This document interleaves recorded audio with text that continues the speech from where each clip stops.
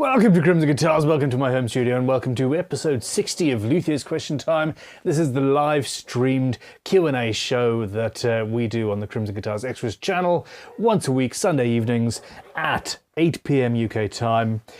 Today I have a special guest, and that is my neighbour's dog that just will not stop barking, I think because I tore down the garden to set up for this live stream 10 minutes early. Yep, there he is. Anyway, I've turned off the overhead microphones, so we're just using the lapel this evening, and hopefully he shuts up at some point, but it is what it is. All right, so we are here, and we're here to answer, well, I'm here to answer your questions. He's here to annoy me and put me off my game. Now, this gets turned into a podcast that goes live weekly on Wednesdays on your podcast app of choice, if you would prefer the more concise and concise version, I suppose. But yeah, if not, bring it on. So we've got Tom Woods, James Duffin, Matt Lang, Sweet Tea Guitars, Graham B, David Glynn Guitars, Rab Knox, Martin of the Nuclear Village, SC Guitars, and Creeverai are our moderators for the evening. Hopefully a little bit less moderating to do than we had on the last live stream on the Crimson Guitars main channel. Sweet Tea Guitars, I've already said that. HCOL Guitars, that looks like Hool Guitars from where I'm standing on this tiny screen. Tommy Transplant, Bulgarian Evolution, etc. There's a bunch of you guys. Wolford is in the house, Guitar Addicts Workshop, Jeff's Guitars. There's a bunch of guitars in here. What I don't currently see is many questions. So, I'm here to answer your questions about guitar making in general, and I never get that right. I'm here to answer your questions about guitar making specifically, but life in general. Super chats will be answered. Questions in the chat, I hope I see them. It tends to go through fairly rapidly, but as it stands, okay. I will start with some news. I'm currently considering homicide on... Well, that shut him up. Ah, damn it, didn't. Anyway, no, what's happening? So this week has been an interesting week. I started doing a one-day build live stream. I really thought I would do it, and was fully prepared to stay up working till midnight or so to get that guitar done, which would have done it. A baritone hollow body, standard 6-string guitar with an F-hole and custom inlay and all that. And it was fine, except for the fact that I absolutely, I stacked it right at the end. I've realized that the last time I did a timed build like that was many years ago, and I'm getting older. And my eyes started going and I couldn't do it. So that is going to be happening on the main channel tomorrow morning. It is a charity live stream being done to raise money for the British Red Cross Ukraine appeal. And I'm not sure if I'm in good company or not. I was literally just checking the Vintage Tool Shop eBay just before I came down here, and that is their chosen charity of choice as well. They've raised, hell, eBay have just put 150 grand straight in, and they're using that as their charity that they are raising money for the Ukraine as well. So yeah, anyway, it is one of those things. I just need to put my phone on silent. Not that that's going to go anywhere near as annoying as the dog next door. Can you even hear him? Now, that being said, as I alluded to earlier, that live stream has got a bunch of people's panties in a twist, which is never fun. I try and steer middle of the road as much as possible. I kind of thought that complaining about civilians being murdered by a government was fairly middle of the road, but apparently not. But anyway, in that being said, and I don't really, the few people that we've had to actually outright ban and get rid of for disagreeing with the aims of what that stream was about is a sort of a no never mind. The issue is that we've got a bunch of when we moved this live stream question time over to the extras channel, it was because every single time we did a question time stream on the main channel, people unsubscribed. And I've obviously moved that over. We've got you guys who come and watch this, and that's fine. And I thought that a live stream build on the main channel would not have the same effect. It does. We lost 1,000 subscribers in the last 30 days, 28 days to be precise, actually. And most of those were not due to people thinking that murdering civilians is political. And something that I shouldn't get involved with. So anyway, the plan is that we're going to be moving the live stream builds to the extras channel as well. Probably the same day, same time. I do need to just figure that out with my family, but essentially. The live stream builds are going to be going on the extras channel. If people care about seeing a live stream build, this is where they need to do it, and we'll advertise it on the other channel. What that means, though, is that people won't be getting hit with a live stream on a Monday and then a week or two later an edit of that same live stream, unless you really want to be. And I think that is why we've been annoying people by essentially regurgitating the same content to them repeated. They're like, well, I've seen this before already, I'm not interested. But anyway, that's the news. The other news is that there's some seriously big things afoot. Okay.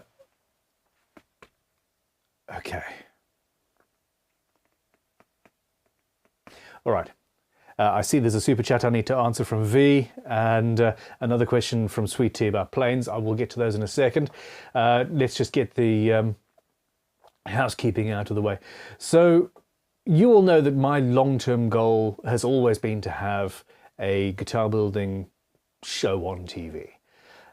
Now, literally since before I set up Crimson Guitars, I fell in love back then, don't judge me, with American Chopper and that format of show, and I always thought building guitars would just fit that so perfectly. Well, finally, this week we were approached by a production company wanting to do exactly that. And that's all fine, and it's by no means a done deal. I'm not going to talk about who they are or what platform it's going to be going on, if it happens, etc. All of that sort of stuff is to be done.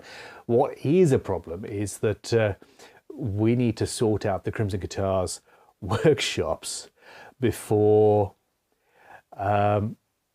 we even film the little tasters that they need to see so that they can then sell it on to the platform that they want to sell it onto, which means that we are panicking because the headquarters has had a hell of a lot of changes and a lot of updates through moving the vintage tool shop up and all that.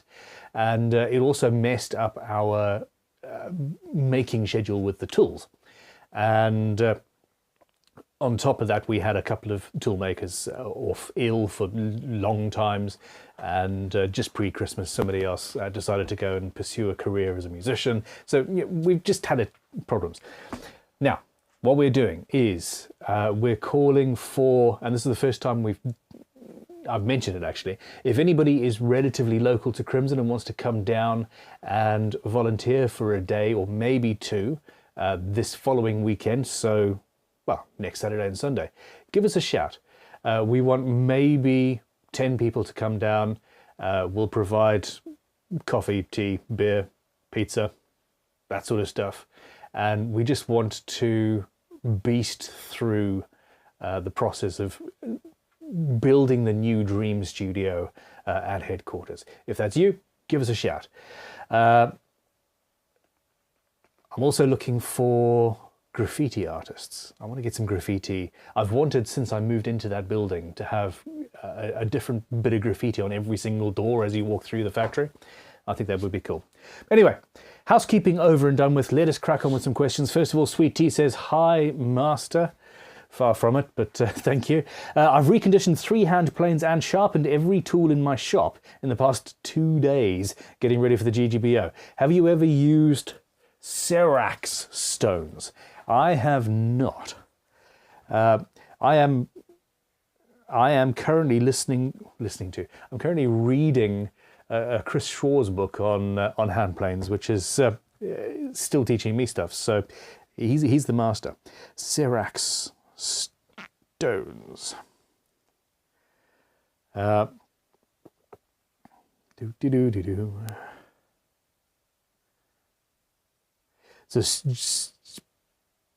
a popular Japanese waterstone. They don't abrade as fast as classic Japanese waterstones. Okay, so yeah, I mean, sounds ideal. Sounds sort of like my Shapton stones, which are ceramic-based stones on a glass substrate. That must be something sort of like that. Yeah, if they're better than traditional waterstones, then I don't see a reason why not to use them. It sounds like you have been using them, and using them a lot. All right, Vulcan Essences. Hi Ben, pros and cons of doing fret level crown and polish pre or post setting the neck. Cheers. Okay, so I'm assuming you're talking about gluing a neck in, but if you're going to glue a neck in, the chances are that you're going to create some sort of tension, potentially, within the neck itself. So when you put the clamps on, you glue it and you clamp it all up, you might put a kink in the works. Now, this reminds me of a guitar we had in, I think it was a Jazzmaster or something like that. Yeah. It was. I think it was a Jazzmaster owned by Kelly Jones of Stereophonics. I was working on his #1 guitar. I can't even remember what it was now. It was a few years ago. SG probably, that needed a full refret. And another luthier was working on this Jazzmaster. Could not do a level crown and polish. Period. Took the neck off the guitar. Did what we do, put it back on the guitar, and 3 times this happened until he realized that literally the act of tightening it up in the body was putting a major kink in the fretboard on the higher frets, and thus knocking the entire fret level, dress, crown, polish, etc. thing out of whack. The answer in that case was to 1, do it with the neck actually bolted to the guitar, but 2, that particular neck did not want to stay flat, period. It was the weakest slabbed section of maple I've ever seen. You can bend a neck, you can get a sort of a tremolo kind of effect going with a little bit of tension. Just breathing on this neck moved the strings. It was not ideal. But the same principle can play when you're bolting a neck in. Gluing a neck to a body, my bad.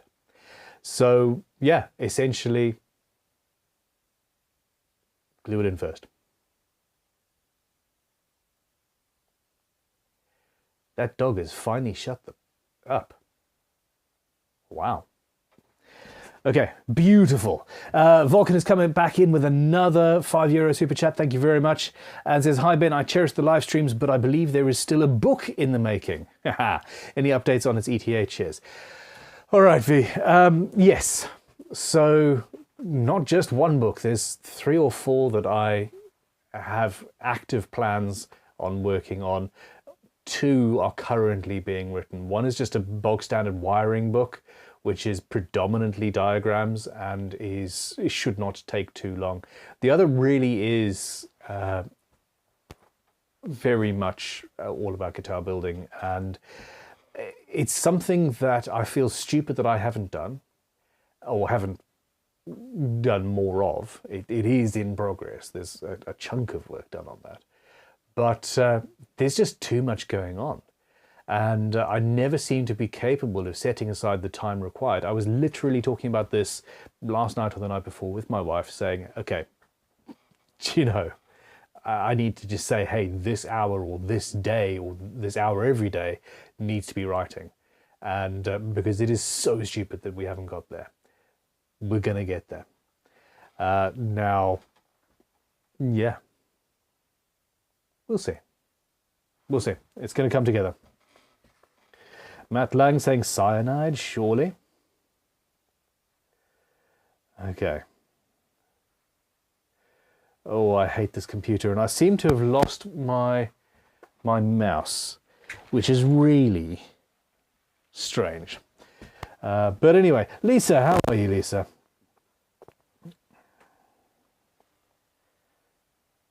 Questions.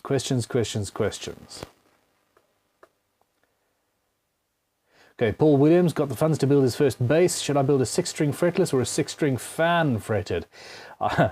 Don't combine the two. I'm also planning on scratch building my own pickups as well. Honestly, it sounds to me like you're going to end up building both of them. So you can go one of two routes. One is stick with what you're most comfortable with. And two is stretch yourself out and say, okay, this is something that worries me.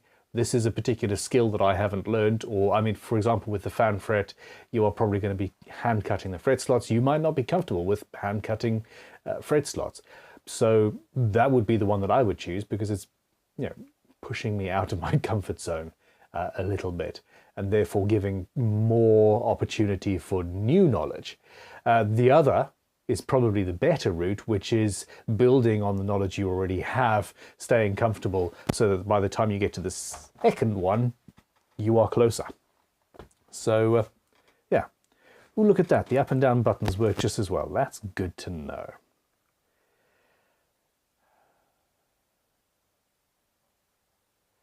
Rab Knox says, problem with my YouTube channel, for some reason my views have halved, but my subs have gone up. How's that work? They changed the algorithms on a regular basis, and you might have been hit by bot subscribers for one, but as much as I am aware of what's going on with my channel analytics-wise, on a semi-regular basis, I've only just noticed that 1,000 people unsubscribed due to the live streams in the last week. Well, the last couple of days, to be honest. And it's been going on for a couple of months. So the big thing that I would say is don't worry about it too much. These things change, and when it becomes a pattern, that's when you need to worry. But I really don't know what you can do.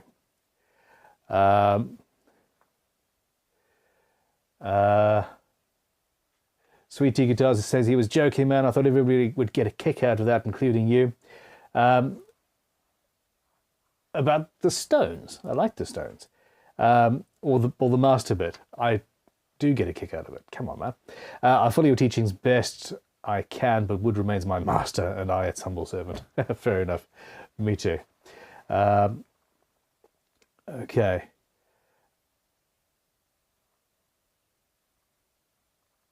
Did you guys miss part of the intro? That's interesting. I need to go back and watch. So essentially, I click on air. I should wait. Because there is a certain delay. There is a certain delay, and I didn't realize that it wasn't actually streaming for part of that delay. Interesting. Okay, Casey McDermott says, I have an 18-inch spoke nut truss rod and carbon fiber rods for a 7-string multi-scale headless build, 25.5 treble, 27-inch bass. Is the truss rod too short? No.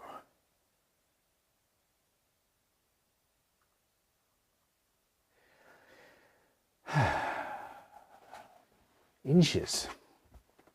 Damn it. I don't like inches. Unless I'm talking about something that needs inches. Actually, 18 inches is a little bit shorter than I thought. So 18 inches is a standard truss rod. No. No, I think that's absolutely fine. That is definitely absolutely fine. In fact, I don't think you'll find one any longer that would fit, because you're going with a standard Fender scale. Yeah, you are on the treble. And 27, no, it's perfect. It's exactly perfect.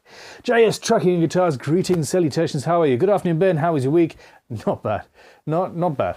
I'm stuck in a hotel until tomorrow morning at minimum. Truck broke down on Friday. Oh my gosh. So I'm assuming the business is paying for the hotel.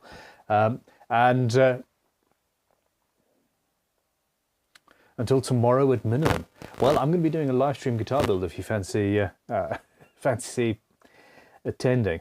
Yeah, I'm sorry that your truck broke down, and frankly, you've got your workshop with you. You're going to be doing some building, aren't you? Okay, now.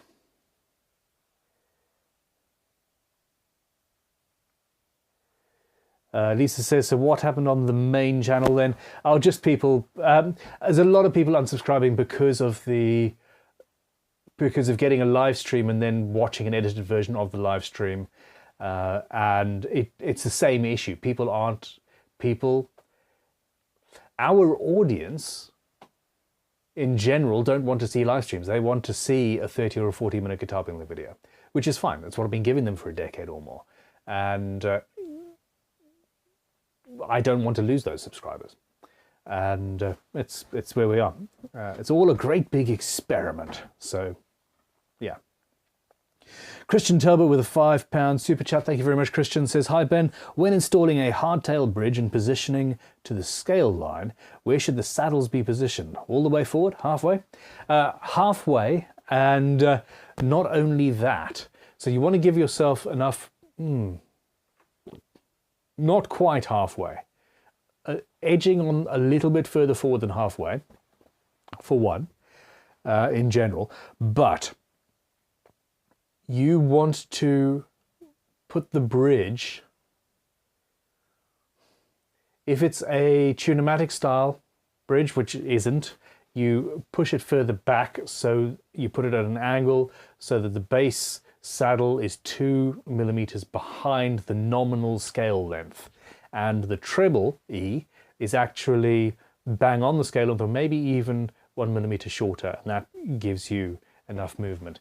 Now, assuming you're going to use 10 gauge strings, that's about right, and that gives you enough flexibility to go up and down. If you go crazy and use 8s, yes, he is crazy, but you know, what can you do?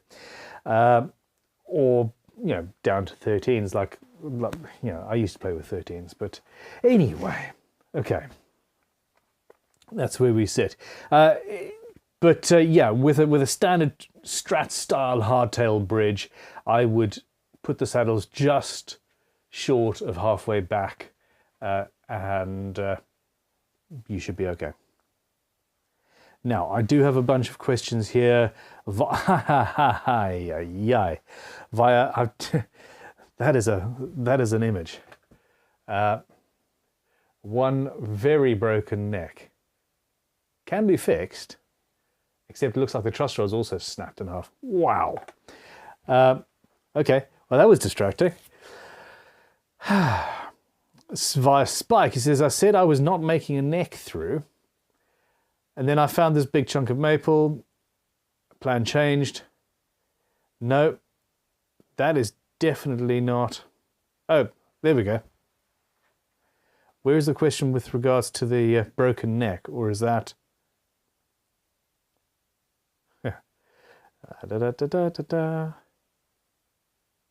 No.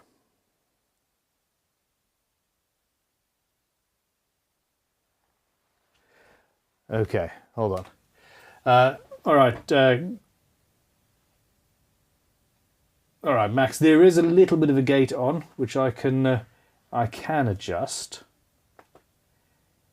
But I've also turned on the main microphones, so that should be fine. Now, with regards to that guitar with a broken neck, I think that's just there to make me cry. It could be fun. Oh, it's funny. It's got some Elmer's school glue on the guitar there. You could fix it. If you could figure out how to do that truss rod without... No, yeah, you can fix that. Okay. The grain is 45 degrees on this big chunk of maple. Should I split it, flip it, glue it up, glue it back and add a strip of something else, stiffening rods. That looks like fairly spongy spalted maple, so check how hard it is, but it looks okay to me. It doesn't, well, no, it looks okay to me. I'm assuming you're talking about saying the grain is not, that's a quarter, that's slab, you're midway down. You should be okay. Now, it would be better if it was split and jointed down the middle with the grain going opposite to each other. Absolutely. It would be even better if there was veneer or something else down the middle. It would be even better if you put in stiffening rods. But yeah, I mean, we like to live dangerously as well, don't we? Now, let's have a look. So the dynamics,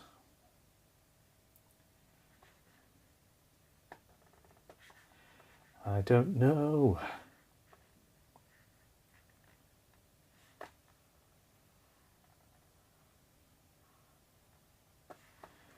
Let's just turn that off. Okay. How does that sound now?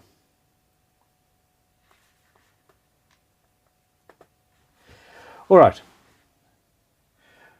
JS Trucking says those lost subscribers were not true fans of the channel anyway. A true fan does not care how they receive content, only that they get content.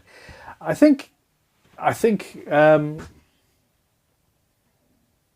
I don't know. I've got YouTubers who I will watch religiously for 6 months and then I don't check them out for another 6 months. And so I unsubscribe from people that I like just because I'm not interested in seeing what they do at this particular point in time. I don't have very much time to spend doing that sort of stuff in any, or spending time just watching YouTube in any case. So I have to be very careful. I do understand why people unsubscribe.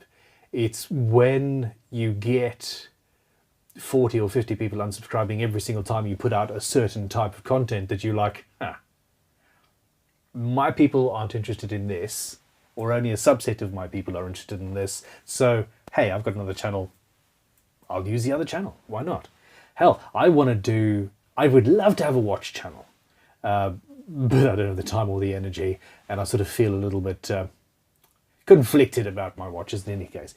I would love to have an ASMR woodworking channel where all you do is you just see people planing wood.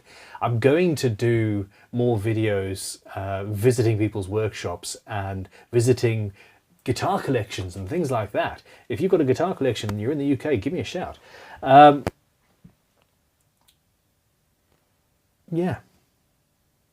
But if I do any of those things and I get droves of people unsubscribed, then, that needs to be on another channel and isn't there for the main one. And it's fine by me. Okay, back to some questions via Discord. Ben, can I use a regular claw hammer to install frets? That's from Alan Barnes. You can, but it is a hell of a lot more dangerous. The reason why we use the Crimson fretting hammer is essentially it's made out of brass, which is basically softer than quality frets. It'll still dent them if you hit it wrong, but you've got a lot less of a danger of doing that. It's also got a slightly smaller head, which also makes it easier. So safer at least. Now, that being said, for the longest time I used this hammer.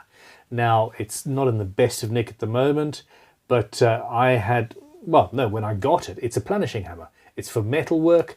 It had very, very highly polished heads on both sides, and it's got a slight curve in it, which means that you're less likely to dent or hit the fret wrong and therefore put a big dent in it if you're using good quality frets.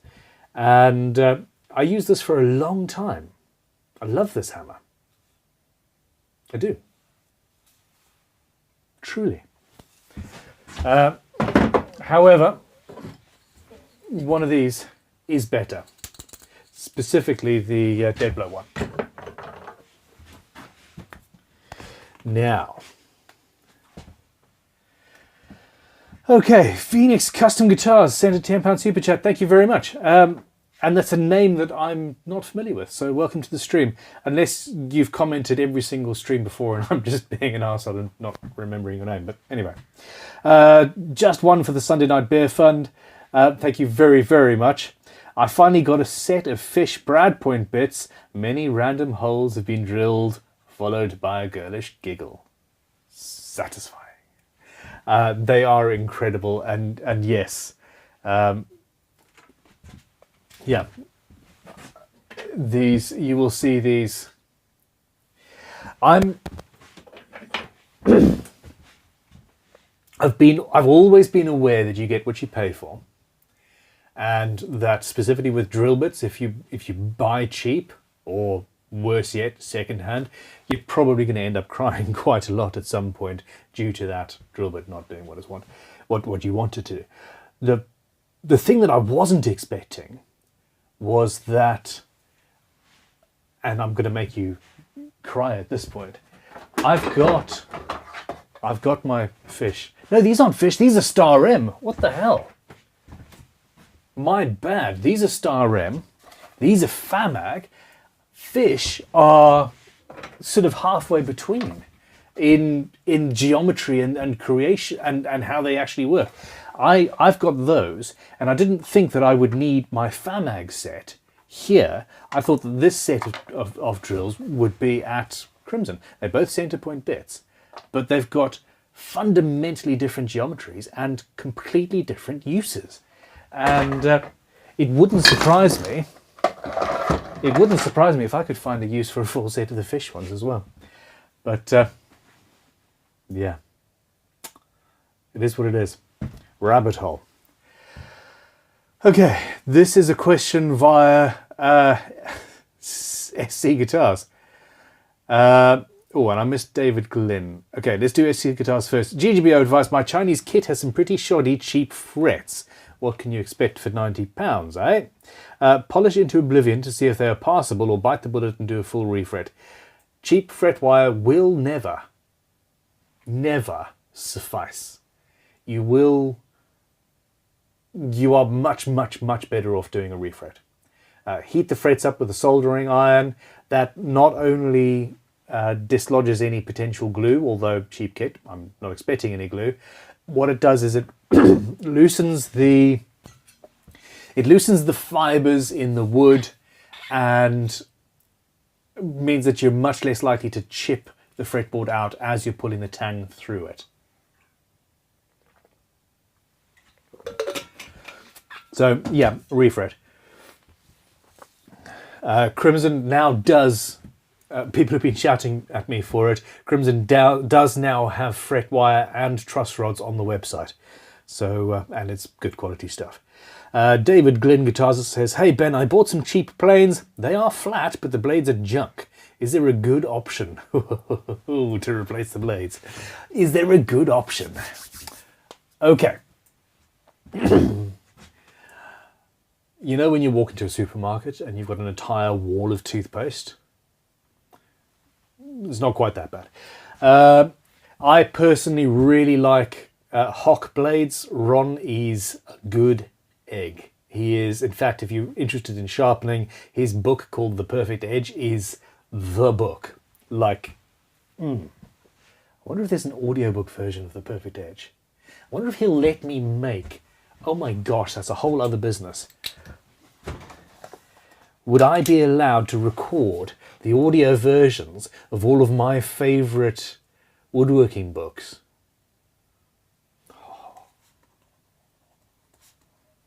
I'm writing that one down. I'm going to phone Ron and say, there we go. Okay, so I like the Ron Hock blades. He used to hand make them himself, and now they're done, I think, still in two different workshops, one in France, one there, cryogenically treated, etc. Really good. I've had one in my number 7 for more than a decade. In fact, there's a video of me installing it from a long time ago. I was probably awkward as hell in that video. The other option is if you can get a forged Clifton blade. not the stuff they do now, a forged one, like I've got in my number 6 here. Oh, yes. Now, okay. Lee Nielsen do replacement blades. Fantastic steel. Veritas do replacement blades in either A2. Digression on the digression. I always think it should be A1 and O2 because A comes before O and 1 becomes before 2, you know. But anyway, it's the other way around. A2 steel, or they've got some sort of special brand name. They are very, very, very good blades. I've got some Japanese paper steel in not one of these planes. There are other options as well. Now, there's a Canadian company called IWC, something. Oh my gosh. Wow, I've got more blades than I thought I did. Oh, there's some blades. Okay, Ron Hock, Veritas. Yeah, IBC. Okay, so IBC is a Canadian company. Their metal is actually, it's somewhat harder and somewhat more brittle than I would like, but it keeps an edge forever. Forever, I tell you. It also takes a little bit longer to sharpen as a result of that. And then, oh, I think I've given you enough to be going on with, don't you? That's an entire drawer unit full of tools that I want to restore and haven't got the time to do it. So sad. Oh my gosh.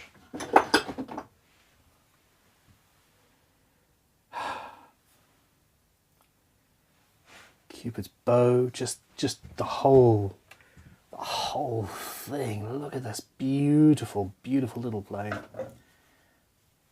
Dovetailed sides.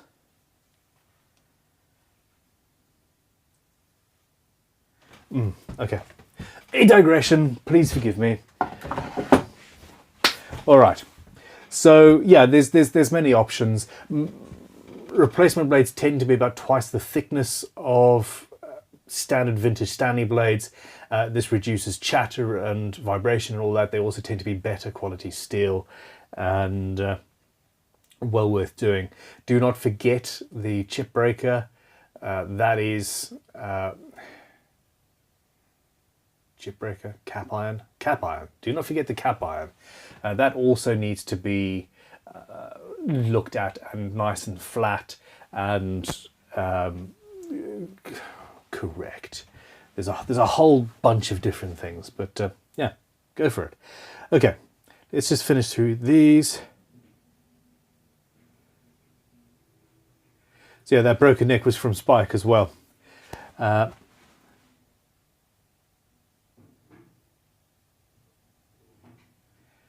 Okay, perfect. So there we go. Fix the music.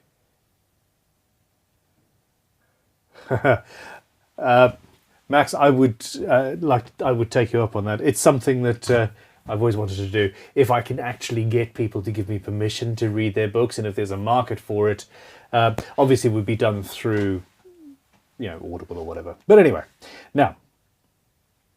JS Trucking and Guitars has actually been those cheap fret wires tend to melt like solder under a good heat source. For example, a wood burner flat iron. If they're that melty, it's insane. I've never tried that. Hold on, I know that I've missed some super chats, so let's get back into them. We have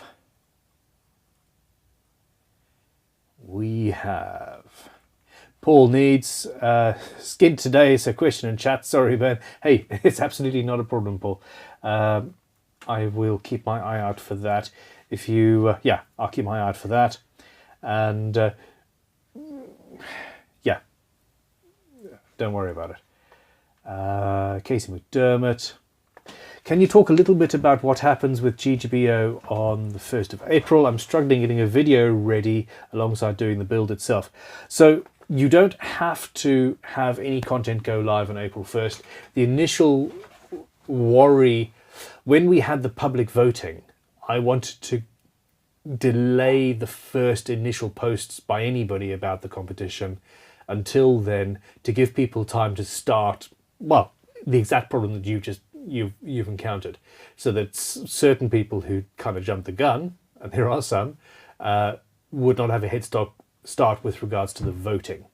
At this point, we're all voting for each other and internally, and I think that means that it doesn't really matter.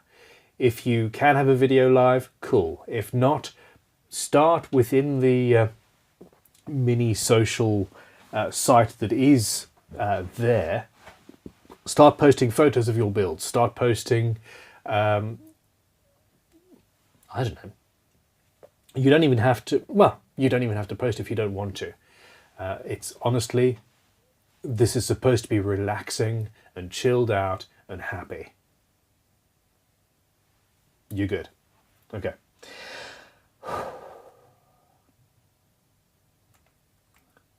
Kiwi Quarter says, hi Ben, did playing those vintage guitars that were being auctioned off feel any different than a modern guitar or one of yours? Do you know what? To a certain extent, yes it did. And I am very, very, very interested in spending more time with guitars that were not built by me, because of that very, very fact. I actually did put a bid on the SG Junior. I'll admit it was a bid that I absolutely knew would not win.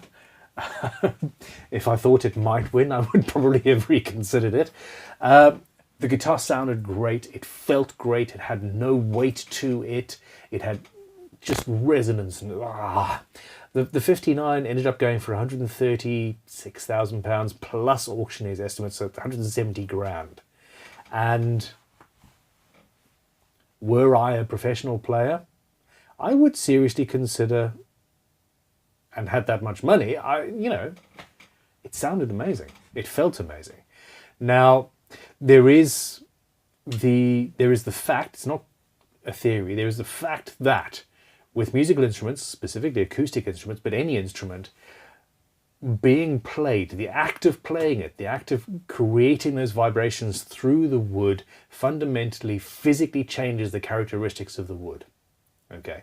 Now, with a classical guitar, for example, a professional classical musician will have an instrument that they practice with for 8 hours a day.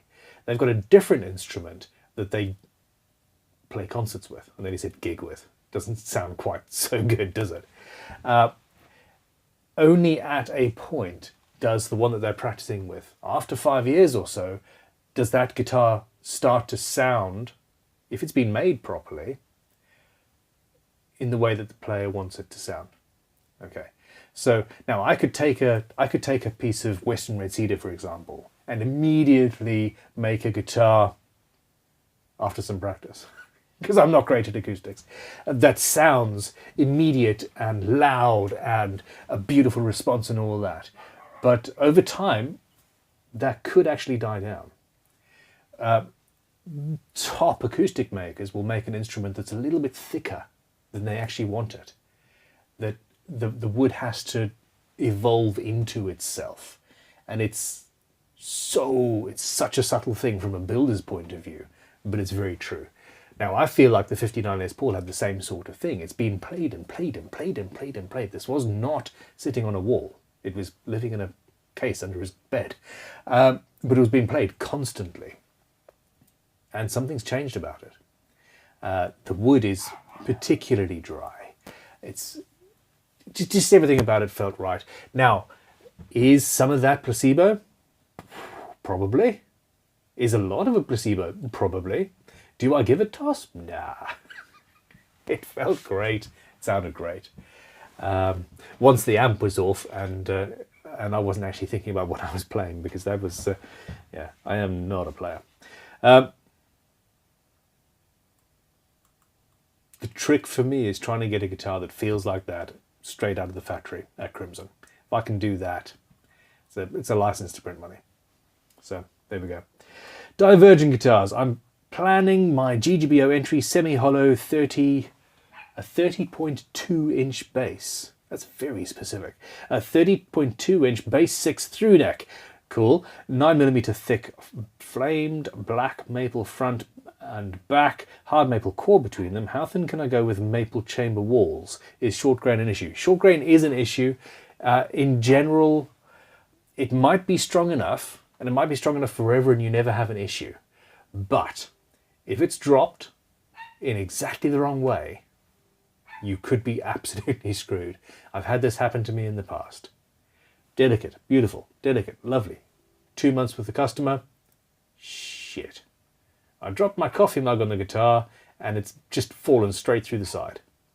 So yeah, I tend to say about 10 or 15 mil on the short grain areas. You can go much thinner on the where the grain is long and strong if you need to. So yeah, vary the wall so that you're aware of how strong it is. Another alternative is potentially to go, say, 5 or 6 millimeters, but then go in and glue some veneer around the inside to add strength. I wouldn't do that though. I'd just make it stronger before you go.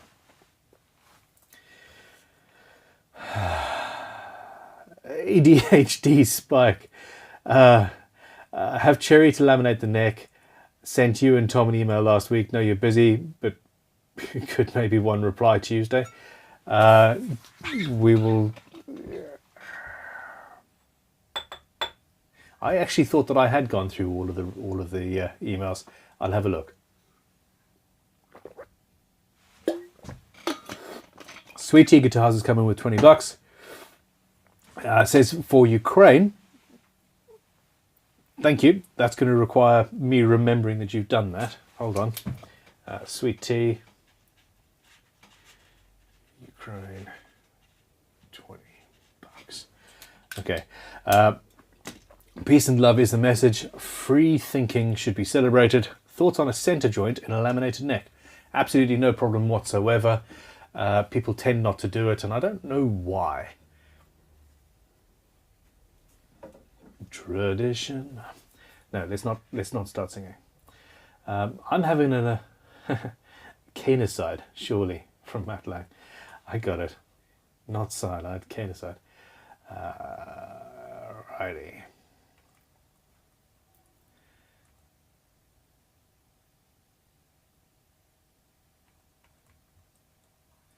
Now, Wolford Guitars. I have a question. Is it wrong to buy a guitar that is on sale as it has the pickups I want for a GGBO build? It will be cheaper to buy this guitar than to buy the pickups and then all the other hardware. There's nothing wrong with it whatsoever. I don't care where you get your pickups from. I don't care where you get your hardware from. It's the neck itself that is the issue. If you buy a guitar or a kit guitar and use the neck from that, then it's classed as a kit guitar. Period. Yeah, in fact, I heartily endorse you to save money in any way, shape or form by harvesting the pickups if you found some way to get them cheaper somewhere else. 100%.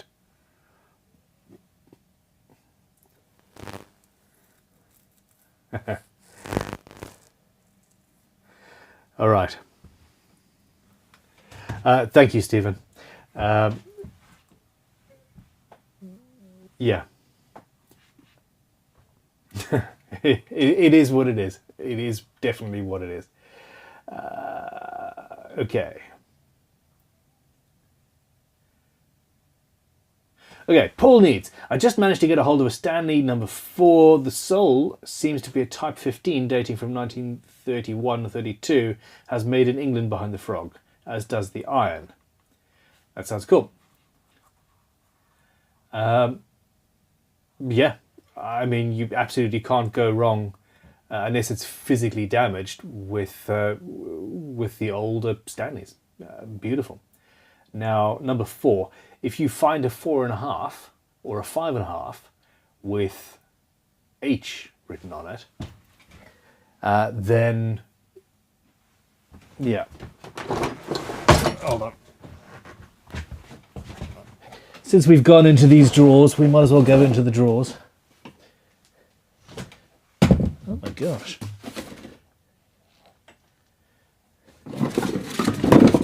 Oh no. Here we go. This is what you're looking for.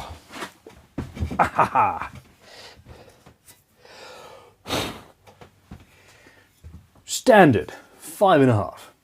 Boring, yeah?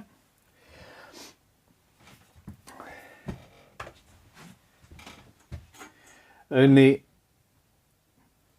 it's got H written there. Now if you see that H on a 5.5 or a 4.5, it means that the casting is a little bit thicker, and the H stands for heavy. And what it really means is that you've got a plane that instead of being worth, say, 60 or 70 quid, is worth somewhere between 500 and 600 quid. Not many people know about this. So yeah, keep an eye out. And it's only the 5.5 and the 4.5. Oh my gosh, I've got a 10.25 in there that needs restoration. I do love my life. I really do.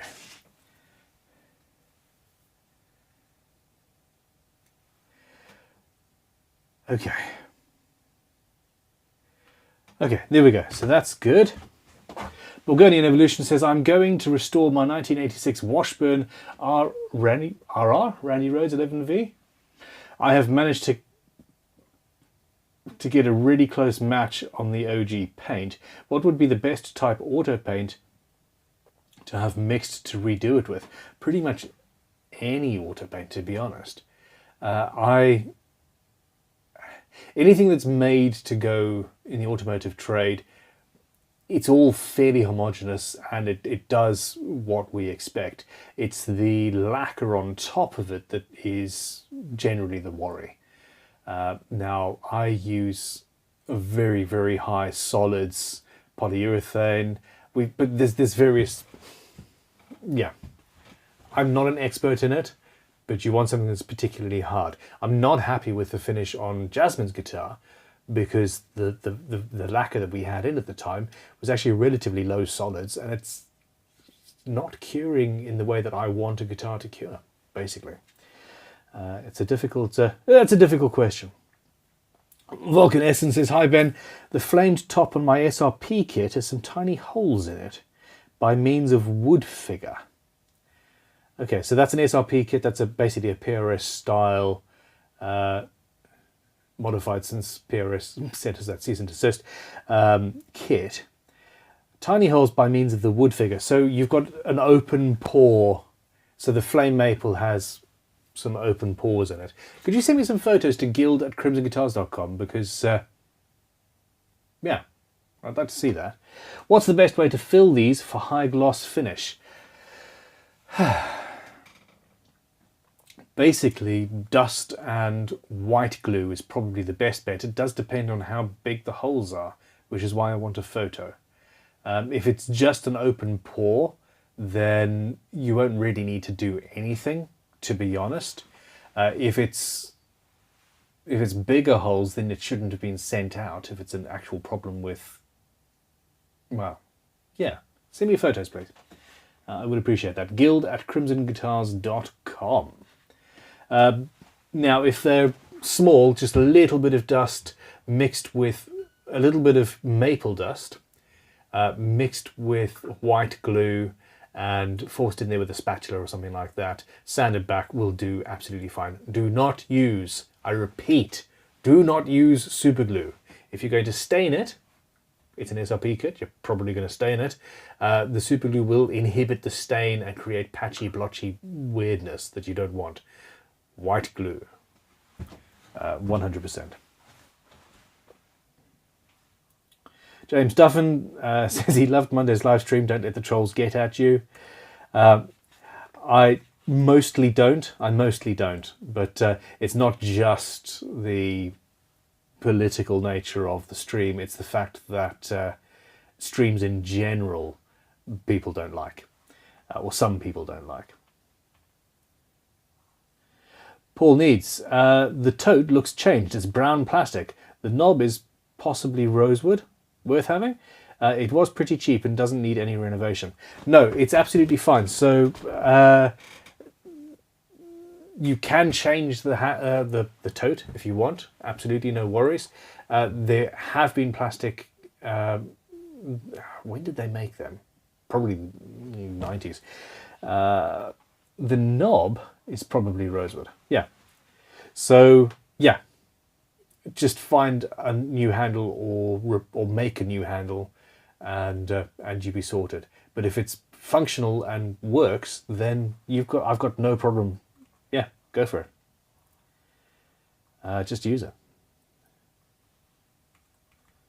Now, is the mic still crackling? I should probably stop putting my hand in my pocket.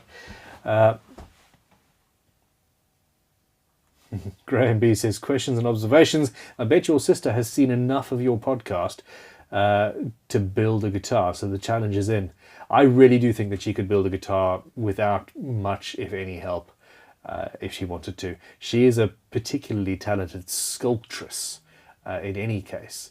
So, yeah, she could do this if she had the interest.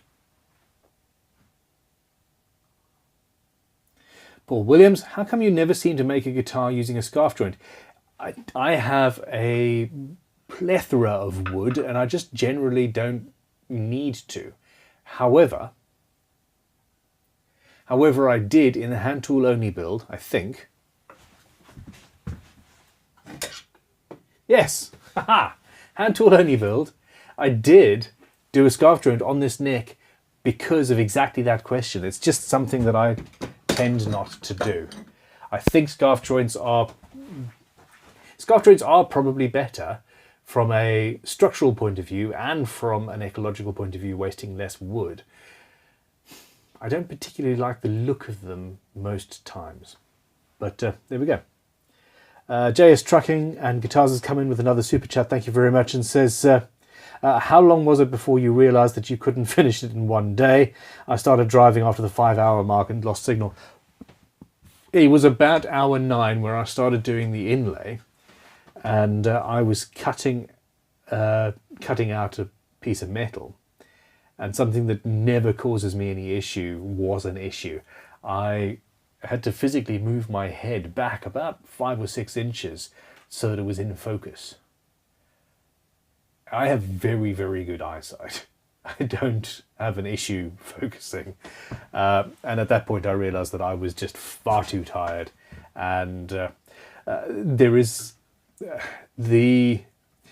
I'm diabetic, type 2 diabetes, and when I was diagnosed 10 years ago or more, the thing that I noticed that made me realize that all was not well wasn't the fact that I lost like 2.5 stone over a 6-month period without making any changes, or the fact that I was urinating multiple times a day. It was that I started going blind. I could not see when I was doing inlay anymore. And that was like, what's wrong? Go to the doctor. Hey, diabetes. Sorted. James Duffin says, I've got to say, I don't envy you the cutting out of the Trident. I've just had some fun, actually, this evening. It's up at the house. FIMO, F-I-M-O. I'm going to be cutting out the Trident shield and then putting in blue and yellow FIMO into that cavity, chucking it up in the oven at home, cooking it, and then I'll have the blue and yellow I want within that. It'll be fine.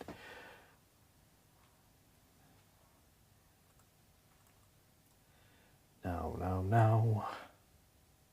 Do.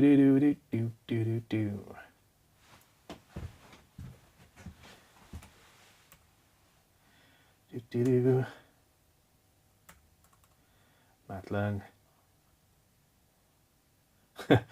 Matt Lang says, can we get the membership on the extra channel too, please? I like my green highlight. I think that you can. Okay. I think that you can have a membership on this channel. I had asked at the very least for it to be either or. So during the live, yes, basically. If it isn't functional yet, could you drop us an email through guild@crimsonguitars.com and ask for it and say, Ben said, and then essentially they'll just have to port all of the settings over. I agree, having the green highlight it's part of the whole thing, isn't it? And I know that the extra content is actually posted on the Crimson Guitars Extras channel in any case. So there we go.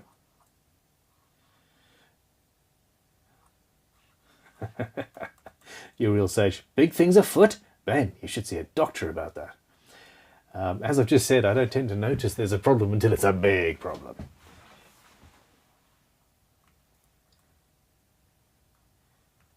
James Duffin. Ben, I don't blame you for moving the live streams. Matt Estley did exactly the same for very similar reasons. It got unsubscribes, but mostly hurt his analytics. That's another thing. So, I mean, yeah, it does. And then you get the YouTube pushes less people. So it's fine. We're learning. We're learning. Paul Cook says, found your graffiti artist yet? I found 2 or 3. Whether they have the time to do it on the day that we need it done is a different story, but we'll see. Stephen Clark will be moving his membership to the Extras channel as well. I find it mostly useful for chats, he says. I agree.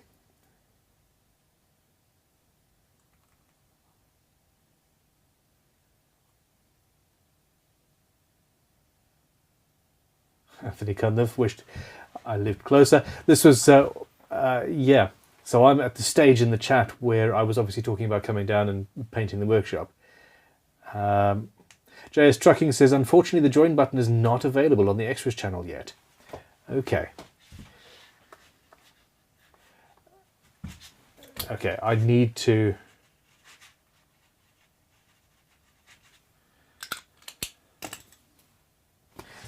She'll still be awake. Forget that. I'll just send Talitha a message quickly now. Okay, this is going to be boring for a second.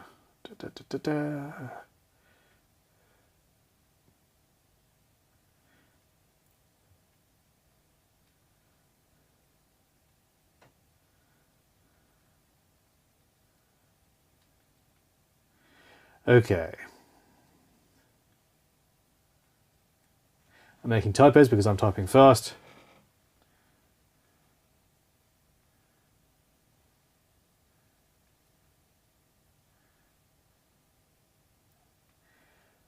There we go. I generally try not to bother stuff in the evenings, but it's fine.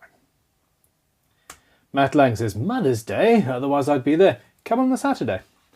It would be very cool to meet you, actually. Now,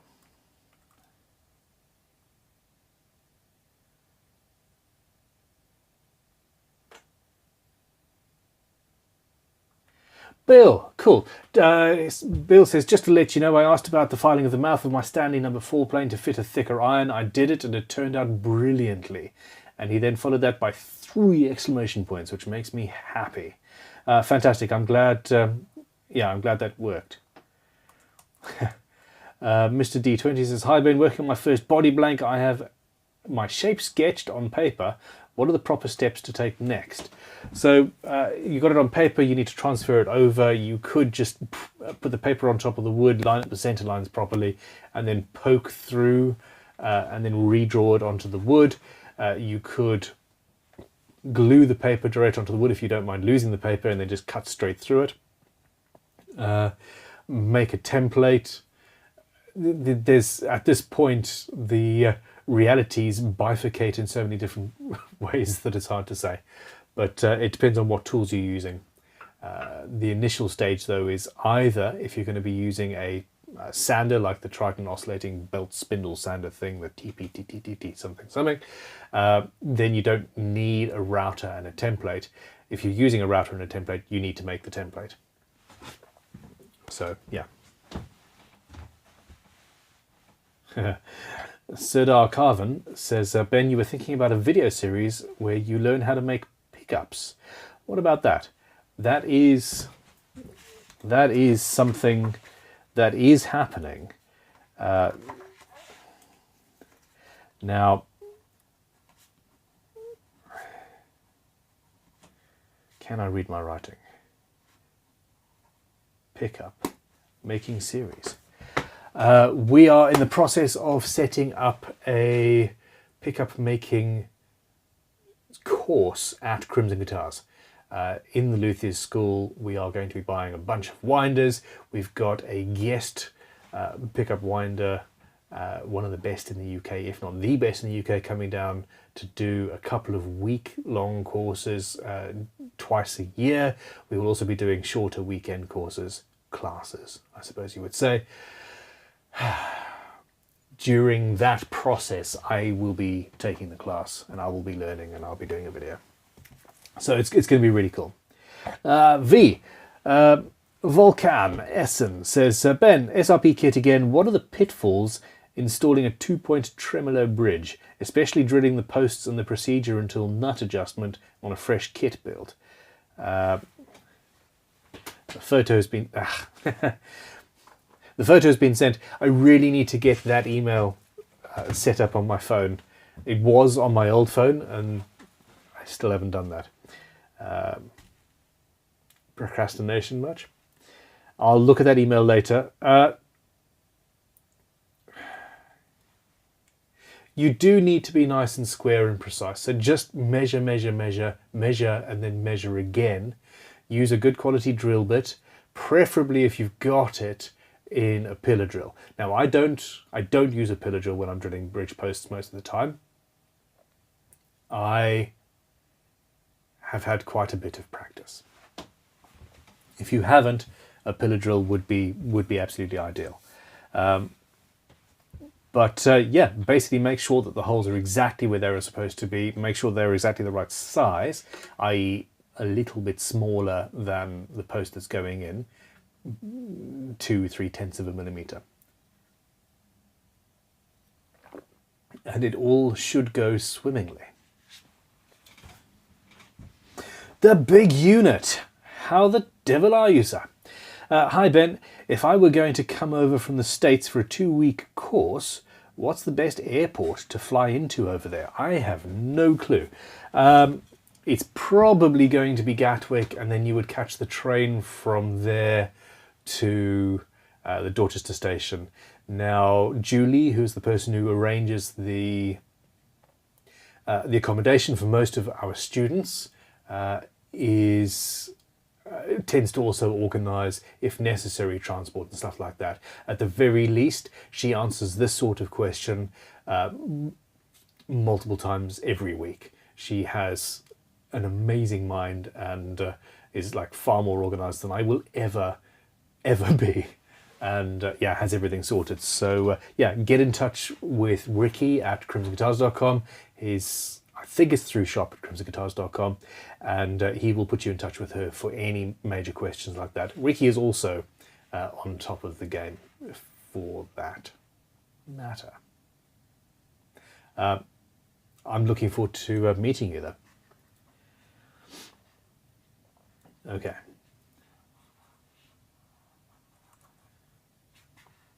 Now, 129 viewers, 85 likes. Thank you very much, everybody.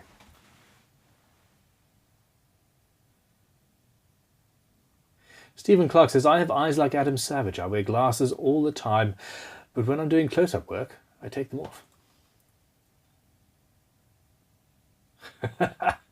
SS says, you had to feminize the word sculptor, because why? I have no idea. I knew it was weird as I was saying it. She's my sister, and I always add the word tress behind anything I'm talking about her, so it's just a thing.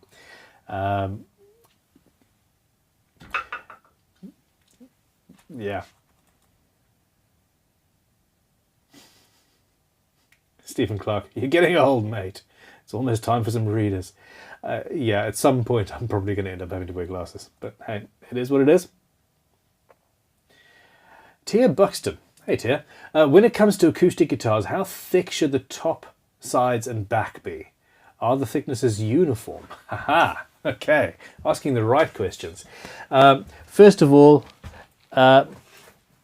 this book, Campiano and Nitelson, Guitar Making, Tradition and Technology, a complete reference for the design and construction of the steel string, folk guitar and the classical guitar. This book is the shizzle, as they no longer say. Really good book, and that is what you need to get and read.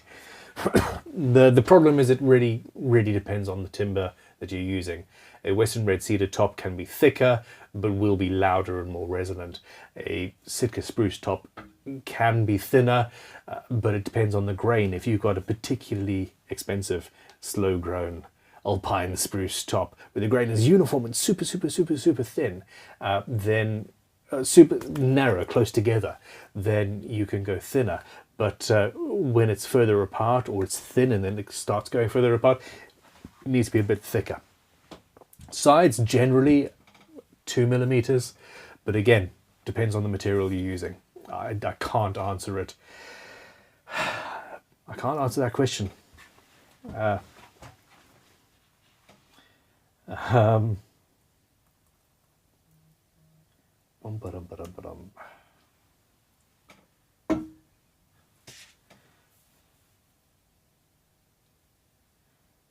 Ben Timon says Lee Valley makes a free template for plane handles. I replaced mine with wooden ones where the originals were plastic. I did not know that. That's pretty cool.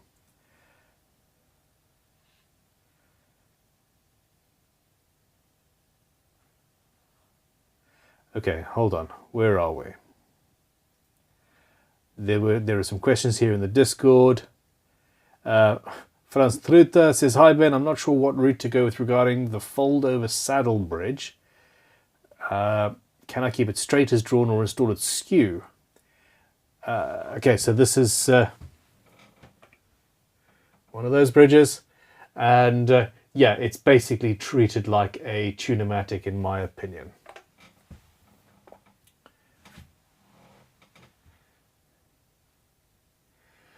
Okay, Rocket Bug says, hi Ben, for my GGBO scratch build I would love to use quilted maple for the top and a back piece on my guitar body with spruce sandwiched in between. Haha! Nice. But I can't find quilted maple suppliers in Europe as shipping and customs from the States would be really expensive. Would you happen to know some people by our side of the pond? Have a great evening. Currently no crackling. Okay.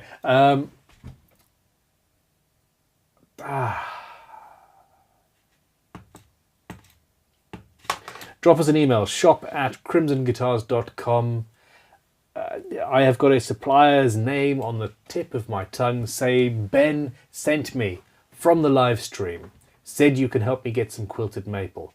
I know somewhere that I can get a bunch.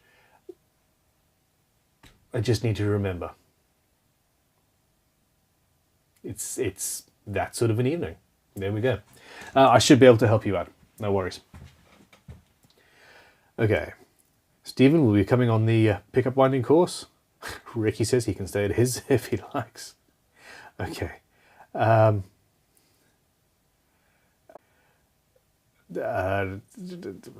Went dark real quick. We're done, we're good, I'm okay.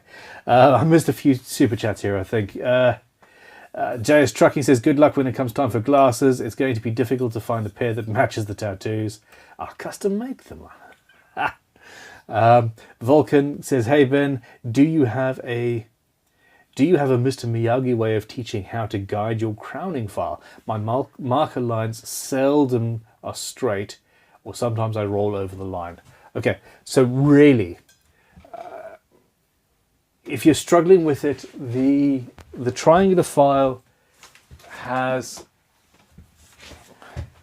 a curve in it for the first, a very gentle curve in it for the first 1.5 inches, 2 inches maybe.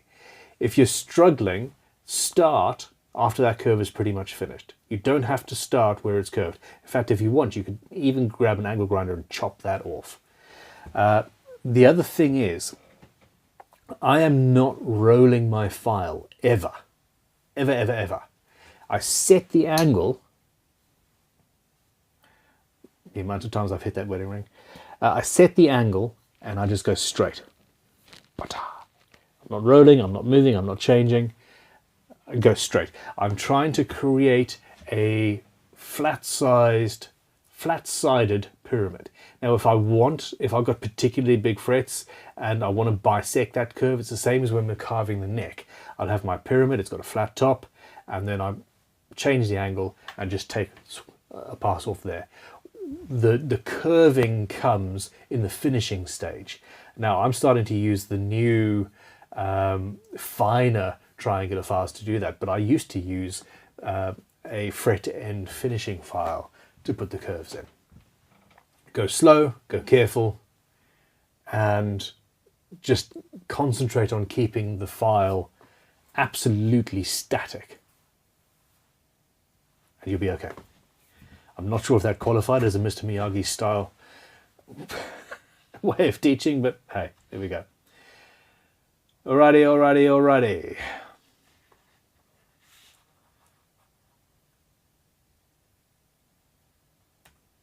Dum, dum.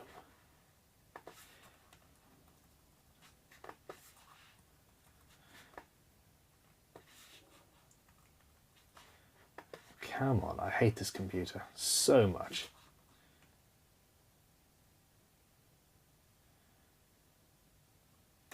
That's a very good point, Alfred Kane, yes.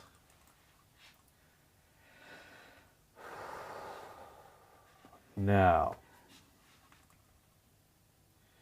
Lisa's talking to George Davis, says you can intonate at the nut. I think Buzz someone has a method. Phaeton, yeah, Buzz Phaeton.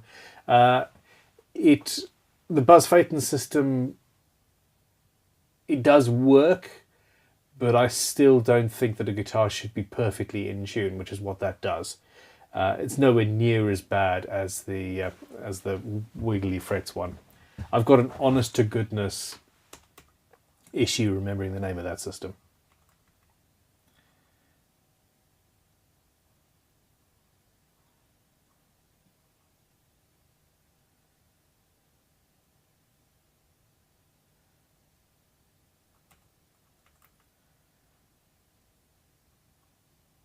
How bad or unsafe are scarf joints for the neck, base or head? Not bad at all. They add strength if done right.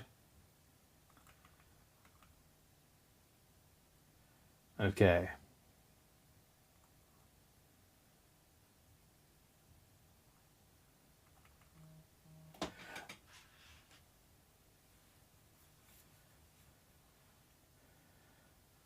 Okay, Lisa's asking me to answer Tia's question. I've done that already.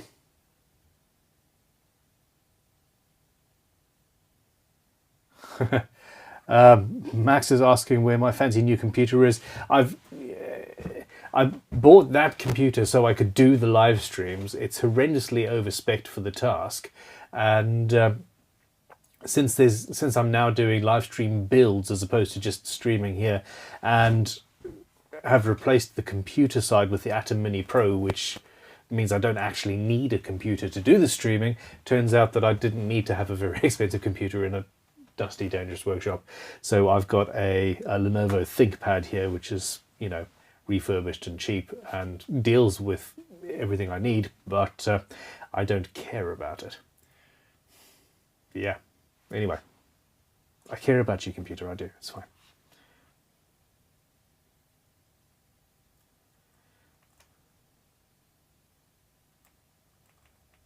Mr. Waffles, how are you?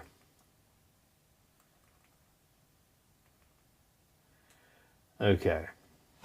All right, people, I'm running low on questions here, so if you have a question, give me a shout. We've been going for 1 hour and 20 minutes. And apparently I was buffering for a while. Carl Price. Ben, not to send you down a rabbit hole. I'm very much looking forward to finding out what rabbit hole you're about to send me down. But I thought of it when you talked about the FIMO. Probably too late for this build, but glass enamel powder in metal looks amazing. Fairly easy to do too. I would love to play with that in the context of inlays. 100%. Have actually given it some serious thought. I need a little... in fact, I even bought a little furnace at one point that just wasn't actually meaty enough for the task. So yeah, I agree. That would be incredible. JS Tracking and Guitars. How difficult was it cutting that scarf joint by hand? Not difficult at all. Not difficult at all. It was. I normally plane them by hand in any case, and I just replaced the bandsaw with a handsaw, and it was fine. A standard hardpoint saw that you just buy at your local hardware store would do the task with ease.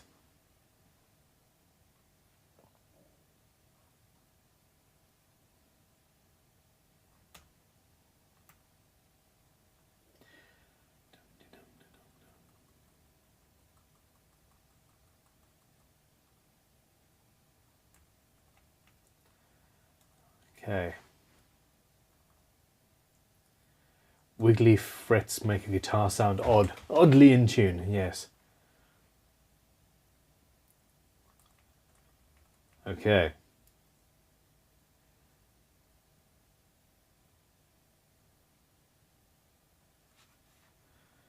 The GGBO community page has a problem. That's Rab Knox. After about 40 pages trying to prove I'm not a robot, I still couldn't get in, and it isn't the first time now, so I give up. Could you drop an email through to office@greatguitarbuildoff.com, and Talitha and Dale will then be able to see your username, etc., and we'll try and help you. Has anybody else had problems with it? Essentially, we might need to just delete and then resend your invitation. Sometimes, well, hey, you turn the system off and turn it on again, and it tends to work 20 times out of 19. So yeah, hopefully that's just the issue. Rob Tootle, with all the big changes happening at Crimson headquarters, when I come to you in November, will I need a map to find the student room? I think that's the one room that's actually staying static. We're just tidying and organising and cleaning and tidying and organising and cleaning and finally getting... I've always wanted to have a beautiful place to work. As much for the staff as the videos and all of that. It's just having a bare concrete floor to stand on is not as nice as having a nice oak floor, and yeah, that's what we're doing. Jeremy Cole, very good point. When is the Star Destroyer double neck build? Do you know what? I've been waiting for my team to become fully au fait with the laser cutter at Crimson headquarters, and actually at this point I could and should just take the design, which is somewhere in this room, to them and say, hey, digitize this for me, make me some parts. That's what we're going to do. That'll be that. There we go. That has to be done. Thank you. Ooh, Paul needs microtonal frets. How do you bend strings with that setup? I don't think it actually... No, of course, because you've got a microtonal fret on each. I don't think you bend the frets. I think you give up on certain things in order to do things. I have never done a microtonal guitar, and I really am quite tempted to give it a go.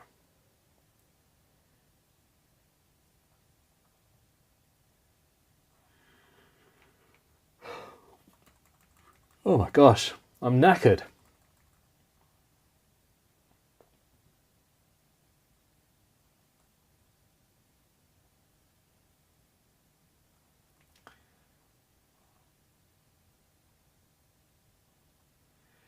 Bill says, who do we contact at headquarters about coming next weekend, Ben? guild@crimsonguitars.com is that is Talitha's email address, and she is currently sorting that out. It'd be great to meet you. She sent out the Instagram posts, so Instagram on the Crimson Guitars Instagram is also another way to do that. And she's sort of putting in names and things.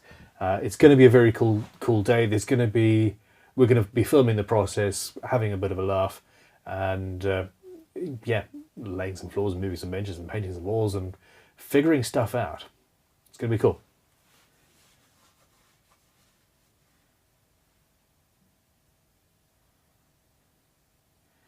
Okay.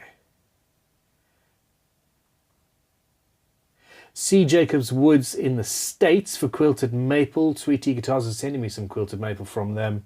Oh, and he says I'll send an extra for our builder brother. There we go.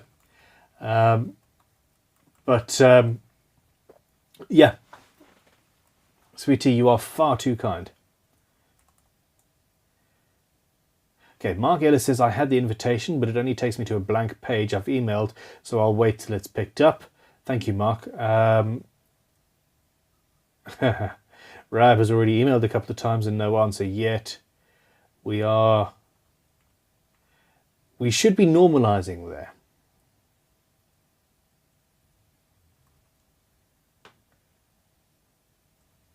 We should be normalizing there now that we're getting enough. The initial huge torrent of people entering the competition has slowed down to 1, 2, 3 a day rather than the many. So there we go.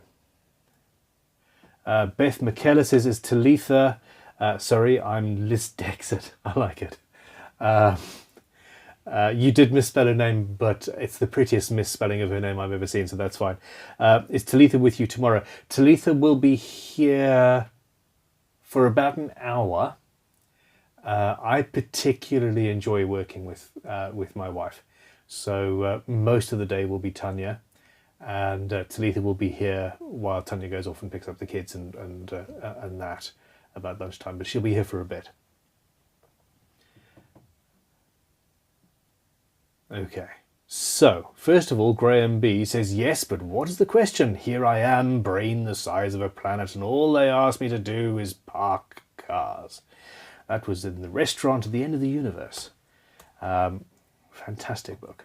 Vulcan Essence says, hey Ben, would it be worthwhile for Crimson to offer an inlay essentials or specialist toolkit, i.e. Dremel bits, mini chisels and some shell materials? Cheers, V. Would you guys like? Okay, yes, that would be a very, very good idea.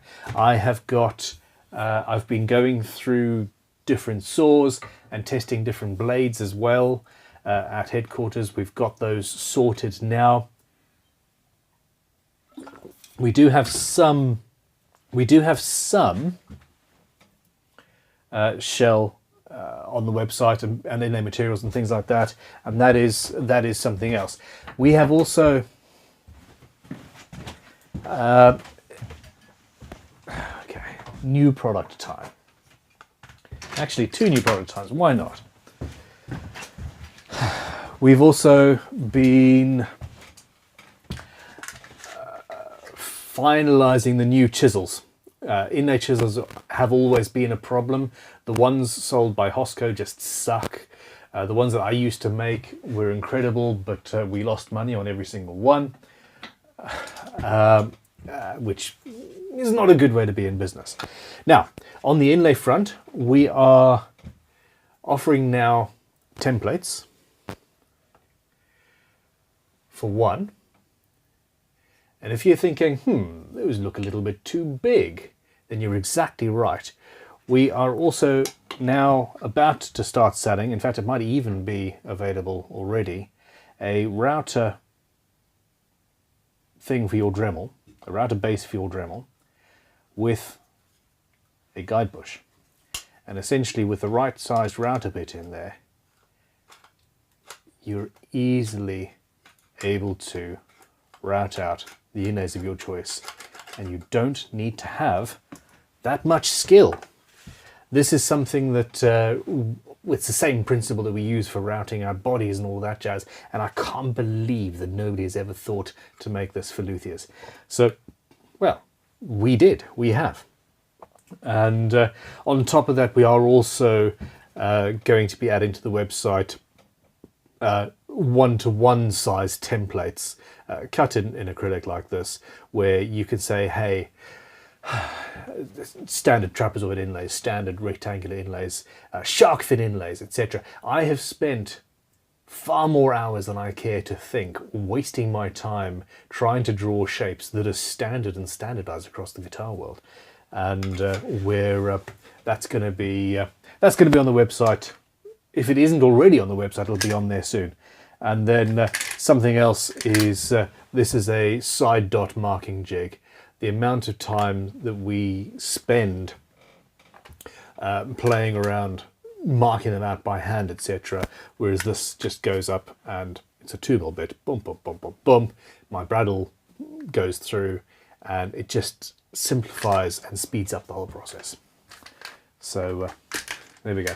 This is the result of me going into the company and saying, all right, every single Tuesday morning, we're going to have a little meeting about new tools, because we always say, oh, we've got 100 tools to add, etc. And then 6 months later, we've still got the same 100 tools to add to the website. And anyway, we're now doing everything a little bit more regularly.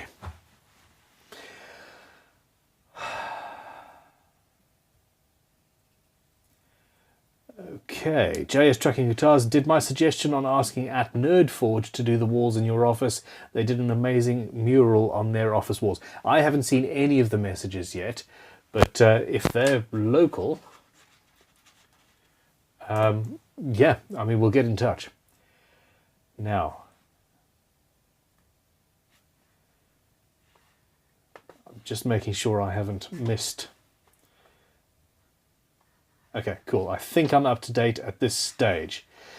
Alrighty. So there seem to be a couple of people who've had an issue getting into the system. This does distress me because we tested it, and with myself and Bear and Talitha, it all worked perfectly fine. When you do these things at scale, of course, stuff goes wrong. Creever says, damn it, Ben, I placed my order already. Why do you announce those things now? Drop us a line. If we haven't shipped it yet, we'll happily sort it out for you. And you're a friend of the family, so yeah, what's up, mate? Alrighty.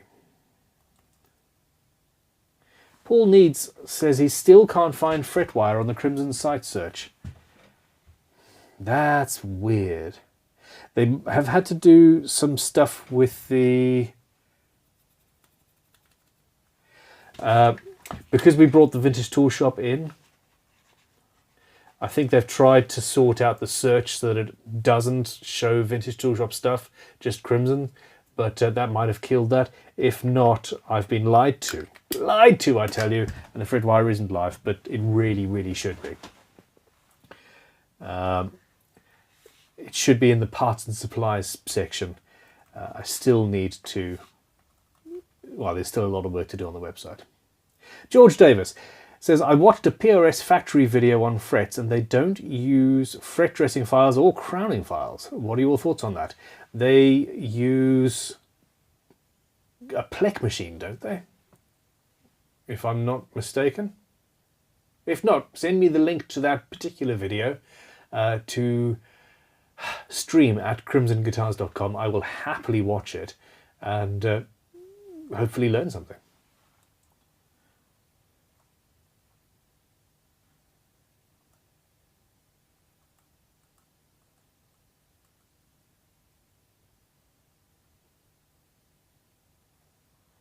Stephen Clark seconds Nerdforge suggestion. Let me write it in pen this time. Nerdforge. Okay.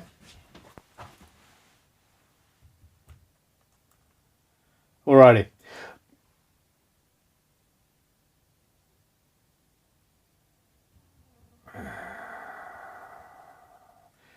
Paul Need says clear cookies and try to log in again. I think that's probably the thing, or use a different browser. But yeah. Garage Master Guitar says, which 2mm bit do you use? Where do you get them from? I get them from Famag. Seriously, a 2mm center point drill bit. It's so diddy and beautiful and amazingly cool. And people keep on nicking the damn things. Rob Tootle, does that router base fit generic rotary tools? They tend to have a different thread than Dremels. I have only tried it with a Dremel and with the green one. Wow. Okay, look, everybody, I'm tired and obviously starting to flag, so I'm going to call it an evening. No, it won't fit everyone. It will not fit them all. But that does not mean that there isn't a way to make it fit. Yeah. Yeah. All right.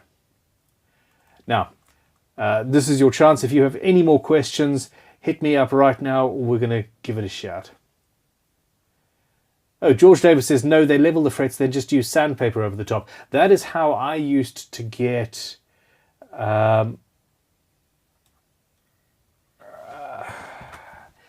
that is how I used to do my frets. It is absolutely feasible if your frets are put in with absolute precision. Basically the only way is to use a fret press, and preferably a fret press that either is being used by a human who absolutely knows and uses the exact same pressure every single time, or there's a mechanism like when you're using one of those spanners, I forget the name of it, where it tells you exactly how much force you've put and then stops moving at that point. And then if you've got your frets all in absolutely perfectly in a fretboard that was absolutely perfectly flat to begin with, and you've absolutely dialed in every single little part of the thing, then yeah, hitting it with a bit of sandpaper will be absolutely fine, because you've only needed to take off a fraction of a millimeter to make it level. Most frets having been put in by most humans will have variation in them, and you'll need to flatten off more material than you like. And it means that crowning is required. So there it is. Vulcan Essence says, hi Ben, when using the fretboard restorative, do you need to clean the frets afterwards, or is it fine to stay on? No, it's absolutely fine to stay on. That's what it's there for. The fretboard cleaner cleans most gunk away, etc. And after that, you just whack the restorative on. It's various bits and pieces in there, but it's really nice stuff. And yeah, it should sink into the fretboard. If you've got it pooling on the top of the fretboard, then your fretboard is saturated and doesn't need to suck any more up.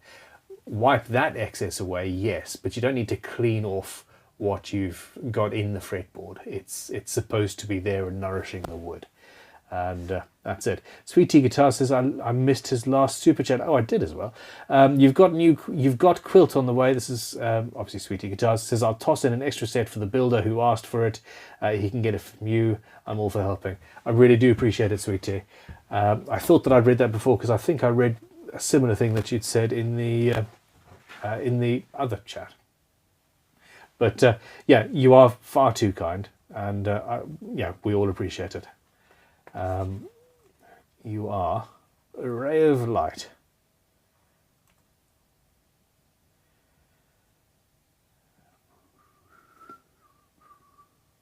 VR/ Hi Ben, could you do a lesson on setting up out of the box new guitars and how to upgrade them well for idiots, please? That is... Okay, there is going to be a new series on the channel where, and I finally figured out through the raffle system how I can justify doing this. We don't get very many repairs through Crimson, and when we do, it's not a new instrument, and I've always wondered just how bad most manufacturers actually are at setting their instruments up when they're new. Now, the series is going to be me buying either a new or old, either a new guitar from a shop or something like that, or going to an auction and buying an interesting instrument or something particularly broken, whatever. There's going to be a regular series of me repairing, setting up, doing work on, but most importantly, basically deconstructing the entire guitar and saying, oh, well, look at this. They've done really good wiring, or they've really messed up on this, etc. And that's a series where I'm really looking forward to that. So I will buy a PRS off the wall, or a a 200 quid Fender. I'm sure they do something at 200 quid. Obviously a Squire, and go through the whole thing, judge it, don't judge it, and unlike most people on YouTube who are judging the instruments by how they play off the bat and how they sound, I don't particularly care about. Sorry, I do care about how they sound, but it's more about how they've been built. And yeah, maybe I'll even do some sort of a scoring system. I realise that this is sort of counterintuitive because I also want people to buy my guitars, but it'll be interesting. Most certainly interesting. And then in the end, I'm going to raffle each one of these instruments off because I don't need a huge giant wall of guitars. I would rather experience a guitar, live with it for a couple of weeks or months, learn everything I can about it, and then get it in somebody else's hands. And if I can do that where somebody wins a guitar for a £5, well, all the better. Apparently I've missed big unit super chat too. It's all a ploy to get you guys to super chat twice. Also, can one use auto sole on a buffing wheel to polish frets? Yes, it does initially tend to fly everywhere. So essentially I will apply it on the frets and the fretboard, the mast fretboard, of course, so that it's not huge globs of auto sole. Spread that over the frets and then go with the buffing wheel. Works beautifully. Okay. Are you sure I missed your last... Oh, wow, I did. The big unit says, sorry, I'm going to miss out all day tomorrow. I'm lecturing all day on 50 volt to 35,000 volt arc flash safety and electrical safe work practices. I was about to say I sincerely hope you've got photographs, but I actually hope you don't. You're an incredibly interesting individual, and I'm very much looking forward to meeting you one day. How did I miss that? Okay. I think that's it. Okay. Work hard, play hard. Oh yeah, Sweetie says, my saw is running. I probably missed you saying it. Okay, good. At least it's not me. I'm starting to worry about whether I am literally losing my mind. All right, everybody. Nope. HS Guitars, that series would be very interesting. I'm starting to buy and resell very cheap $40 and under guitars from Facebook just to get more setup practice. You can really get a guitar on Marketplace for $40 and under. Bloody hellfire. And seriously, that is the absolute best way to learn what it actually takes to set up an instrument. It's just repetition, repetition, repetition. Some of the best guitar builders that I've ever known started out in busy repair shops. So there we go. Okay, everybody, I would like to say thank you very, very much for your support. We've just gone over 100 likes, so that's awesome. And yeah, you guys rule. I will, well, I'll see you next week. If you are available during the day tomorrow, I will see you during the next stage of the live stream for the Ukraine charity build. And